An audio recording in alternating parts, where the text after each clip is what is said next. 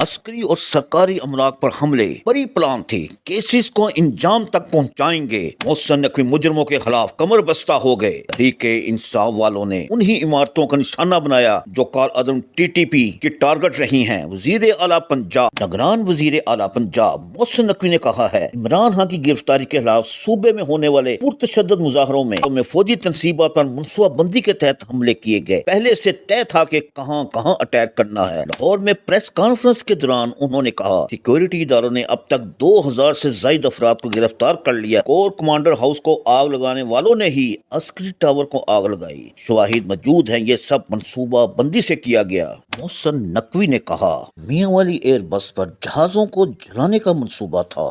شر پسندوں میں اکثریت مسلح افراد کی تھی۔ یہ حملہ پاکستان پر کیا گیا، ایک ایک شر پسند کو انجام تک پہنچائیں گے۔ انہوں نے کہا، شر پسندوں نے سیف سٹی کے کیمروں کو توڑا، ریکارڈ بھی جلایا۔ ان کی لسٹوں میں تمام چیزیں موجود تھی۔ 108 گاڑیاں جلائی گئیں، 23 عمارتوں کو نقصان پہنچایا گیا، 6 ارب سے زیادہ کا نقصان ہوا۔ مزید تخمینات لگا رہے ہیں۔ نگران وزیر اعلیٰ پنجاب نے کہا، 9 مئی کو پنجاب میں ہولناک واقعہ ہوئے۔ یاسمین راشد سارے واقعہ کی مرکزی کردار ہے۔